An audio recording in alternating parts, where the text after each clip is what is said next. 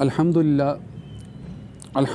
رب العالمین والعاقبۃ للمتقین والصلاة والسلام علی نبیہ الکریم اما بعد فاعوذ باللہ من الشیطان الرجیم بسم اللہ الرحمن الرحیم وقاتلوا فی سبیل اللہ الذین یقاتلونکم ولا تعتدوا ان اللہ لا يحب المعتدین وَاقْتُلُوهُمْ حَيْثُ ثَقِفْتُمُوهُمْ وَأَخْرِجُوهُمْ مِنْ حَيْثُ أَخْرَجُوكُمْ وَالْفِتْنَةُ أَشَدُّ مِنَ الْقَتْلِ وَلَا تُقَاتِلُوهُمْ عِنْدَ الْمَسْجِدِ الْحَرَامِ حَتَّى يُقَاتِلُوكُمْ فِيهِ فَإِنْ قَاتَلُوكُمْ فَاقْتُلُوهُمْ كَذَلِكَ جَزَاءُ الْكَافِرِينَ فَإِنْ انْتَهَوْا فَإِنَّ اللَّهَ غَفُورٌ رَحِيمٌ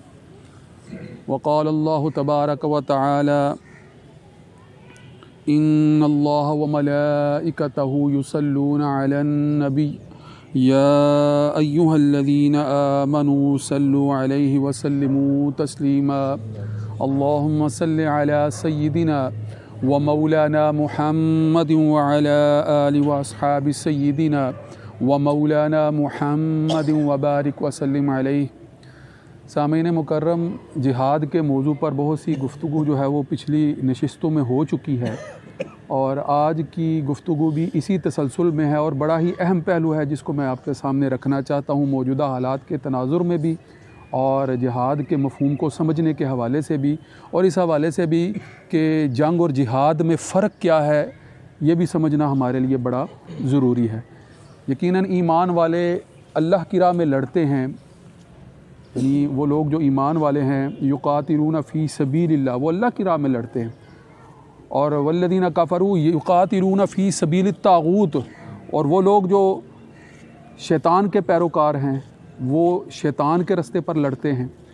تو یقیناً یہ جو سوال سامنے آتا ہے کہ جنگ اور جہاد میں فرق کیا ہے، جنگ کسے کہتے ہیں اور جہاد کسے کہتے ہیں، یہ بڑا ضروری ہے، فی زمانہ اس کی تفہیم بڑی ضروری ہے۔ یہ اس لیے بھی بڑی ضروری ہے کہ موجودہ حالات میں بہت سے لوگوں نے مسلمانوں کے درمیان یہ ابہام پیدا کرنے کی کوشش کی ہے، مسلمانوں کے اندر جو ہے وہ مسلمانوں کی صفوں میں شامل ہو کر مختلف طریقوں سے مسلمانوں کے اندر ہی مسلمانوں کو جہاد سے دور کرنے کے لیے، جہادی اقدامات کرنے سے جو ہے وہ روکنے کے لیے مسلمانوں کے اندر جہاد کے معنی اور مفہوم کے ایک حوالے سے ایسے ابہامات پیدا کر دیے ہیں، ایسے الجھاؤ پیدا کر دیے ہیں کہ ہم جو ہیں وہ خود بیٹھ کر یہ سوچ رہے ہوتے ہیں کہ ہمیں کیا کرنا چاہیے، یہ کرنا درست ہے بھی یا نہیں۔ بہت سے لکھنے والے ایسے ہیں، بہت سے جو ہے وہ مختلف ابلاغی ذریعوں کو استعمال کرنے والے ایسے ہیں جو آ کر یہ بات پھیلانے کی کوشش کرتے ہیں کہ اسلام جو ہے وہ تلوار کے زور پر پھیلا ہے۔ یہ بات آپ نے اکثر سنی ہوگی کہ مسلمان جو ہیں وہ بڑے جو ہے وہ اس طرح سے خونخوار قسم کے رویے کے حامل ہیں، اور ان کی جو ہے وہ تصویر اور پکچر جو مختلف پلیٹ فارم پر مسلمانوں کی پورٹرے کرنے کی کوشش کی گئی ہے یا کی جاتی رہی ہے، اس میں یہ بات دکھائی جاتی رہی ہے کہ مسلمان جو ہے وہ ایک ایسا ہوتا ہے فرد کہ جس کے ہاتھ میں ہر وقت جو ہے وہ تلوار ہوتی ہے، اور وہ اونٹ کے ساتھ ریگستانوں سے جو ہے وہ گزرتا ہوا اس کو دکھاتے ہیں یا لکھتے ہیں، اور وہ صرف جو ہے وہ لڑنے مرنے کے لیے تیار ہے، اس کا کوئی کردار نہیں ہے، اس کا کوئی اخلاق نہیں ہے، وہ انسان کو شاید انسان سمجھتا نہیں ہے۔ یہ تصویر جو ہے وہ لوگوں کے سامنے پورٹرے کرنے کی کوشش کی جاتی ہے مسلمانوں کے خلاف، اور جدید دور میں تو بڑا پراپوگنڈا کیا گیا۔ آپ کے سامنے ہے بہت سے احوال کہ مسلمانوں کی تاریخی اہمیت کو کم کرنے کے لیے، مسلمانوں کی تاریخی اہمیت گھٹانے کے لیے، مسلمانوں کو ایسا ثابت کرنے کے لیے کہ جیسے مسلمانوں کا کردار سوائے مار کٹائی کے، قتل و غارت کری کے کوئی اور کوئی کردار شاید تاریخ میں رہا ہی نہیں ہے۔ اس میں کوئی شک نہیں ہے کہ مسلمانوں نے اللہ کے حکم سے اللہ کے راستے میں قتال کیا ہے، جہاد کے ضمن میں، جہاد بالسیف کے ضمن میں، جسے اقدامی جہاد بھی کہتے ہیں، کفار کی جو فی سبیل الطاغوت یعنی طاغوت کے راستے میں لڑتے ہیں، ان کے قلع کما کے لیے مسلمانوں نے اقدامی طور پر جو ہے وہ آگے بڑھ کر ایسے لوگوں کا خاتمہ کیا ہے کہ جن لوگوں نے اللہ کی راہ سے عامت الناس کو روکنے کے لیے جو ہے وہ اقدامات کرتے رہے ہیں۔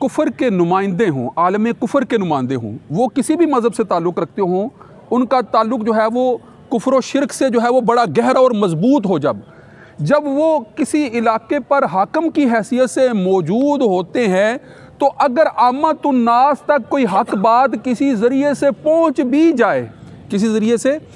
بھی جائے تو ایسے حکمرانوں کے خوف سے وہ اس حق کو تسلیم کرنے کے لیے جو ہے وہ آگے نہیں بڑھ پاتے، اس کو تسلیم کرنے کے لیے کوئی کوشش جو ہے وہ نہیں کرتے، کہ یقیناً اگر ایسی کوئی بات کریں گے تو جس علاقے میں رہ رہے ہیں اس علاقے کے حکمرانوں کے تحت ان کا جینا جو ہے وہ دوبر ہو جائے گا، ان کا جینا جو ہے وہ محال ہو جائے گا، ان کا جینا جو ہے وہ مشکل ہو جائے گا۔ لہٰذا اس خوف سے کہ ہم جو ہے وہ مشکلات سے جو ہے وہ گھر نہ جائیں، دو چار نہ ہو جائیں، وہ یہی کوشش کرتے ہیں کہ ہم کسی طریقے سے جو ہے وہ جو حقیقت ہم پر منکشف ہوئی ہے اس کا اظہار عام لوگوں کے سامنے نہ کریں۔ اب ذرا غور کیجئے، ایسی صورتحال میں مسلمان حکمرانوں کی جو ہے وہ پھر کیا ذمہ داری بن جاتی ہے؟ ایسی صورتحال میں جو ہے وہ جہاد کے لیے جن تعلیمات سے، اسلامی تعلیمات سے جو ہے وہ مسلمانوں کو جو ہے وہ آگاہ کیا گیا ہے، آراستہ کیا گیا ہے، سکھایا گیا ہے، وہ تعلیمات پھر کیا تقاضا کر رہی ہوتی ہیں کہ یقیناً پھر جب آپ آگے بڑھ کر حملہ آور ہوتے ہیں، آپ اقدام کرتے ہیں، جس کو اقدامی جہاد کہتے ہیں، جہاد بالسیف کی جو ہے وہ یہ خاص جو ہے وہ پہلو ہے کہ آپ اقدام کرتے ہیں، ایسا اقدام کرتے ہیں کہ عالم کفر کے سر برآوردہ وہ لوگ جو میدان میں نکل کر آ جاتے ہیں لڑنے کے لیے، وہ رکاوٹ بنتے ہیں اس حوالے سے کہ اس علاقے کی عام رعایا تک حقیقت نہ پہنچ سکے، سچ نہ پہنچ سکے۔ لہٰذا ایسے لوگوں سے جب دو بدو لڑائی ہو جائے اور ان کا قلع کما کر دیا جائے تو یقیناً جو ہے وہ اس علاقے کی عام رعایا سے ان لوگوں کا خوف جو ہے وہ ختم ہو جائے گا، پھر وہ حقیقت کو جان کر حقیقت کا اعلان کرنے میں آزاد جو ہے وہ ان کو آزادانہ طور پر جو ہے وہ رائے کا جو ہے وہ اظہار کرنے کا جو ہے موقع دیا جائے گا۔ جب ایسی صورتحال ہوگی کہ ان کو جو ہے وہ کوئی ایسا دباؤ جو ہے وہ نظر نہیں آ رہا کہ جو حکومتی سطح پر ہو یا علاقے کے سربراہ لوگوں کی حیثیت سے ہو، تو جب ایسا دباؤ ان سے ہٹ جاتا ہے تو عامت الناس کا پھر طرز عمل بدل جاتا ہے، پھر وہ حق بات کو جانچتے ہیں، پرکھتے ہیں۔ اسلام پھر ان کو جبراً جو ہے وہ مسلمان ہونے کی دعوت نہیں دیتا، بلکہ صرف حقیقت حال سے آگاہ کر دیتا ہے کہ سچ یہ ہے، وحدانیت اسے کہتے ہیں، توحید کا درس یہ ہے، رسالت کا مفہوم یہ ہے، آخرت کا تصور یہ ہے۔ یہ تصورات پھر ان تک پہنچا دیے جاتے ہیں اور ان کو مجبور نہیں کیا جاتا۔ اگر اس کے باوجود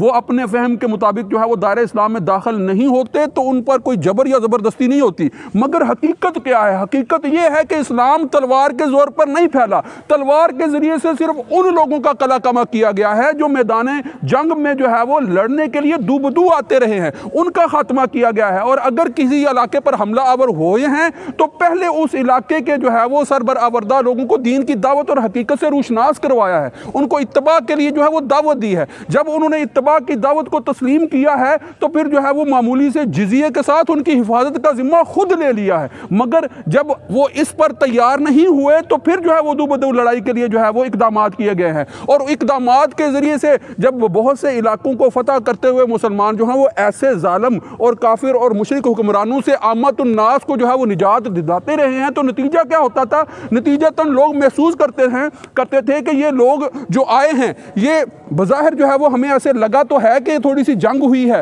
مگر جنگ کا نقشہ جو ہے وہ اسی حد تک محدود رہا ہے جس حد تک جو ہے وہ ظالم حکمران جو ہے وہ ان کے سامنے جو ہے وہ نظر آتے رہے ہیں۔ مگر بعد میں کیا ہوتا رہا ہے؟ بعد میں یہی لوگ جو ہے وہ ہمارے امن کے ضامن بن گئے ہیں۔ ان کا اخلاق، ان کا کردار، ان کی زندگی، ان کا طرز معاشرت، ان کا کاروبار، سود سے پاک جو ہے وہ ان کے معاملات، یہ تو ہمارے لیے جو ہے وہ نعمتیں جو ہے وہ عظمیٰ کی حیثیت سے جو ہے وہ ہمیں میسر آ گئے ہیں۔ جب یہ حالت وہ دیکھتے تھے، امن دیکھتے تھے، مساوات دیکھتے تھے، برابری دیکھتے تھے، تو پھر جو ہے وہ خود بخود اسلامی تعلیمات سے متاثر ہو کر آزادانہ طور پر جو ہے وہ اسلام میں داخل ہوتے تھے۔ یہ نہیں ہوتا تھا کہ مسلمان جو ہے وہ ہر جگہ پر جا کر جو ہے وہ تلوار کے زور پر کسی کو مجبور کرتے تھے۔ تو اس جو ہے وہ پراپوگنڈے سے آپ نے بچنا ہے۔